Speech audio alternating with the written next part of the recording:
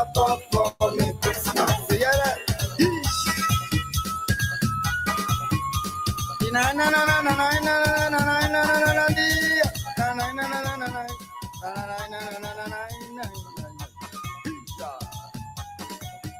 I put in me order early cause I don't want to leave out. When I drink in me babash, our poor grease from my mouth. You have apples by the case, you could bring wine by the keg. All that will go to waste once I get me hug leg. I want a piece of pork, I want a piece of pork, I want a piece of pork for me Christmas. I don't want no money cook, keep your color look. I want a piece of pork for me Christmas. 99.9 WEFM.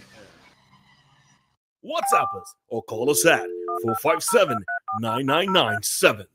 Activated Mornings on WEFM 99.9 is on now.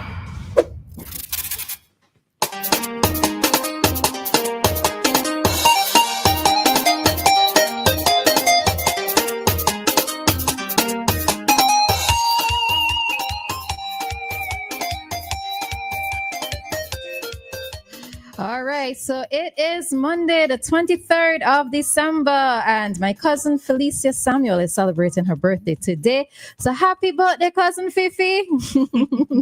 Happy birthday to you. All right, so yes, we are back with you for another segment of today's Activating Mornings program here on WEFM. In studio, you have Dianna, Cain, and myself, Roleza Samuel.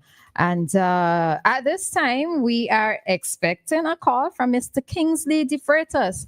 So, Kingsley, you can go on right ahead and call us at this time to give us your commentary for today.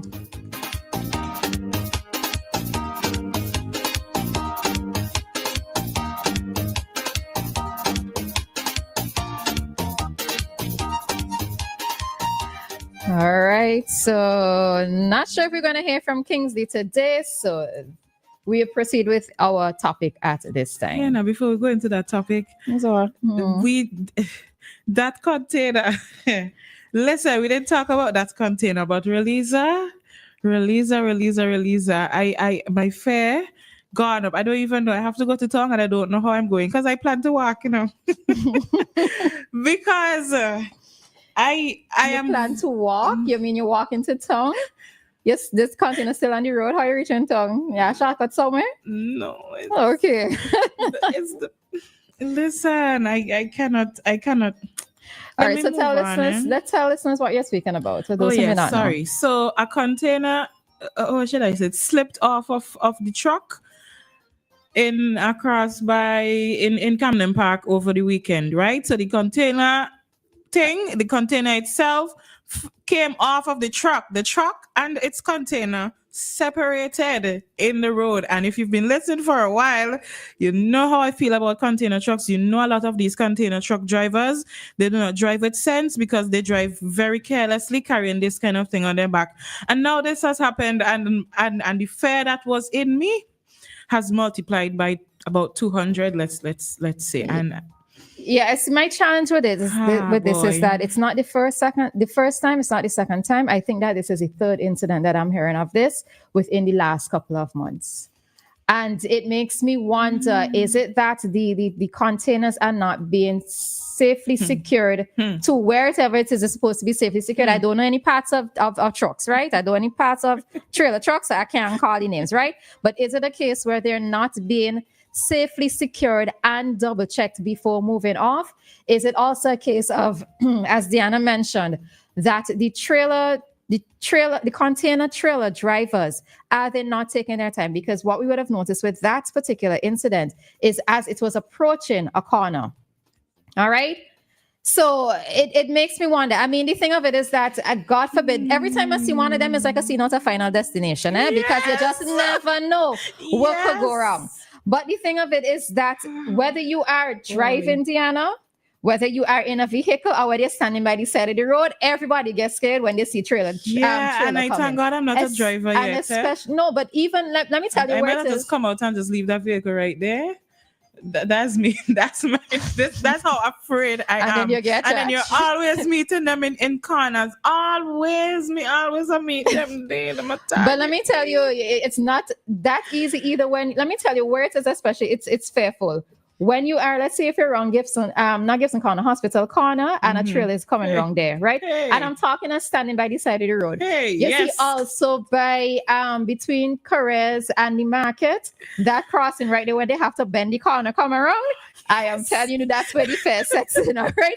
So if you're going to be frightened, just walk somewhere else instead, because you're going to meet upon them. But I mean, as much as we are speaking on this and, interjecting a little bit of laughter into it, at this point, it's ridiculous. Like, I don't know how many incidents it needs to take before something serious is being done. I don't know who it is supposed to be doing the inspection, but this is, at least as far as I know, the third incident of this happening.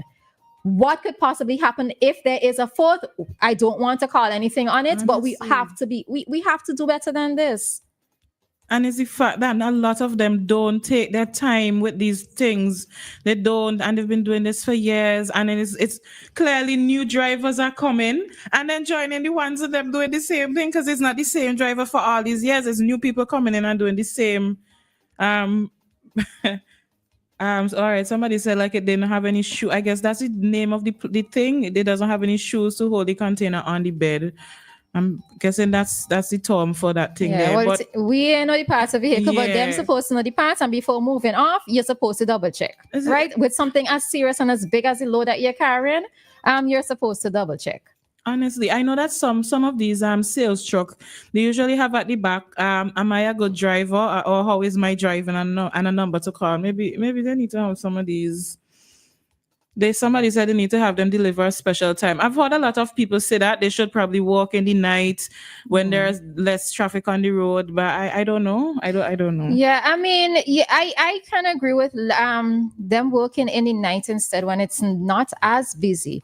But I believe what is happening is because now is the busy period. Now is the Christmas period, stores, etc. need their stuff. They need whatever it is that they have contained in these containers. So, the constant trips back and forth between town and Camden Park is going to happen. So the night deliveries may not be possible, especially during this busy period. But again, this is, I guess, and this is probably one of the other things why, the advocates for the port, the new port that is being built, they are going to strongly advocate for it, right? Because it should make things a little bit easier, especially on the roadways between Camden Park and Kingston. Because, we still only have one road. Yes. One road. So and we don't have much space, It's not like if you see one coming in a corner unannounced, you could take away.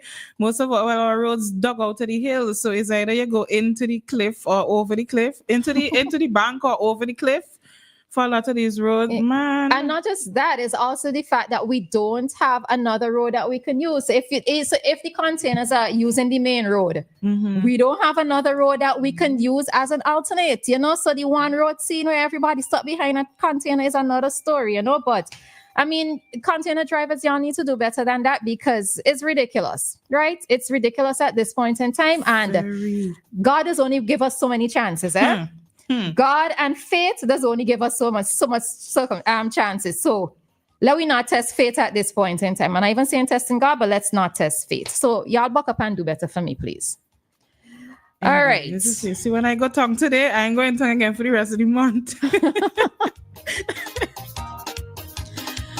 All right, so let's quickly head on out into another the other topic. Yes. All right. So in another topic over the weekend, police confiscated another AR rifle. Let me get you the proper name of the rifle. It's an AR-15 rifle. A big gun. If you don't know what that is, if you just hear the name like me and you have no idea what that is, it's a big gun, right?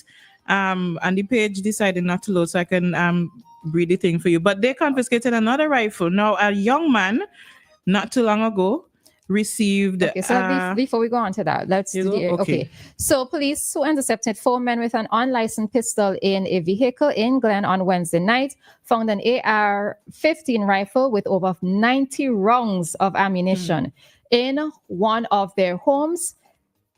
Eyewitness was reliably informed. All right. It is the second AR-15 rifle that has been taken off the streets of St. Vincent and the Grenadines since the gun amnesty that ended in May. All right. So sources in the note at Eyewitness News that charges could be brought soon in connection with the dangerous high-power weapon, which civilians cannot obtain a license to keep in SVG. All right. Any thoughts with that? Nah. All right. So, it's very interesting when you hear about these big guns and the amount of rounds of ammunition. right. And not just that, the fact that it was found in the person's home. Right. Oh. So this is why when we made the point of, maybe a lot more, I don't want to use home invasions. What's the word? When police, not break-ins. Oh. No. When police do these searches, when they go to the searches, these unexpected searches, these searches that would happen maybe in the middle of the night or middle of the morning or whenever, right? Because if you know of persons who are involved in criminal activity, who knows what it is that they're hiding in their homes? And this high-powered weapon was found. Yes. Somebody said the word. Lovely efforts. And I love when you're paying attention. Raids, right? Who knows what more they are going to find when they do raids on persons' homes? Because something like this, you tend to hear of a lot of these AR rifles in these mass shootings that happen in the US, especially school shootings, etc. You tend to hear of them. How did this get in? This is not a weapon that can be licensed here in SVG. How did something as serious as this, and this is the second one that has been found? So please note the word that this one has been found. We don't know how many more of them exist here in SVG or how many more of them are present here in SVG. All right. So this is when we say the heavy hand of the law needs to come down with the full force. Well, I think in this one here, they brought down the heavy hand because they said they need to make an example out of somebody. They need to show them that it's not okay to just have your gun and use it willy-nilly like that. So a young man from Sharps has been charged. He has several charges here and some fines as well. So he is to serve a 5.5-year jail sentence. He also has a fine of $8,700 for the possession of a weapon. And of course, some time in which he has to be paid in the interest of time. I wouldn't call it all of that. He's facing a maximum of 10 years in prison for a gun, and $25,000 fine as well. He is the first person to receive the stiffest sentence for guns since they amended the gun. What was it proper name? The gun laws. Yes, since they amended the laws. So here is somebody that has been charged and fined quite heavily. The thing now is to, when I say these words, sometimes I even laugh at myself. But the thing now is to just look on and see if other young men will watch this and say, boy, you know what? I don't want to pay all of this money, or I don't want to spend this time behind jail. So let me just put down my gun and be a good boy. Yeah, well, I mean, my whole thing is not just put on the gun, My whole thing is throw it away. Well, no, I also won't advise to throw it away, because it can be found depending on where you throw it. The thing of it is that I'm sure that if somebody wants to, police, you could probably confirm. But if somebody outside of the amnesty period, if somebody decides to turn in a gun, would they be charged, right? Because I know that the gun amnesty has ended, but let's say a bad boy chooses to turn his life around and no longer wants to engage in such acts or does not want to keep a gun around. In the event that he does get into an altercation with someone, that is going to be the first weapon of choice that he uses in terms of meting out violence to somebody else, right? Because the whole badmanism thing, for persons out there, you realize the badmanism thing ain't working. Many persons are just being killed due to gun violence. And at this point in time, you should realize that it's not making sense. Exactly, because at some point, you have to think that eventually a gun is going to turn on me. Hi, good morning. Dianna, welcome back. Thank you. Good to see you smile. Good to hear you. I like your down-to-earth way of saying things, You are you related to the Prime Minister by chance? Oh, you just move so Joshua. Well, you never know. You never know. Probably. I'm keeping it real because love him or hate him, you have to admire it. You have to admire the guy. On the issue of guns, my personal view is An armed society is a safe society. If you look at all these mass shootings, they're going to shoot up schools and churches and so on. Those cowards go there because the people in the church and the schools have no guns. But if someone knows that Joshua has a gun in his house that would blow a hole as big as a pumpkin in your head, you would think twice before breaking into my house. You see, so it's all about responsibility. Because it would be unfair for me to ask the government of the day to ban knives and forks because people use knife and fork to eat and they get fat. So it's all about responsibility. And before I go, just let me say one thing, because this might be my last swan song for the year, because I've got a few tragedies in my family. I just want to let everyone know that I love St. Vincent very dearly. Vincentians have been making strides in Bermuda. I know I exceed 3 minutes, but I must share this. Vincentians have exceeded strides in Bermuda. We've had a Vincentian police commissioner. The present deputy premier is the son of a Vincentian. The head of the emergency department here in Bermuda is a Vincentian. And we've got one of the world's best gynecologists, the daughter of Vincentians. And the list goes on and on. So I promote St. Vincent all the time. I love St. Vincent. And anybody that does anything that threatens my faith and confidence in St. Vincent, if you're my mother, I'm going to call you out. Have a great day, guys. And Dianna, again, welcome back. Good to see you. All right. Thanks, Joshua. Over the weekend, I was actually wondering, the person who invented guns, right? And I even talking about cannons so much, because I know cannons would have been a little bit different. But a handheld gun, if they saw what was happening now with the state of the world, with, let's say, the mass shootings, the gang violence, right? Gang violence here in SVG, but let's say more in a greater context in let's say the US, right? The wars that are happening in the Middle East, etc. How does that person, like if God could just send them back for one day and say, this is what you created, this is what you started. Maybe that was the intention. Oh. For it to be like this.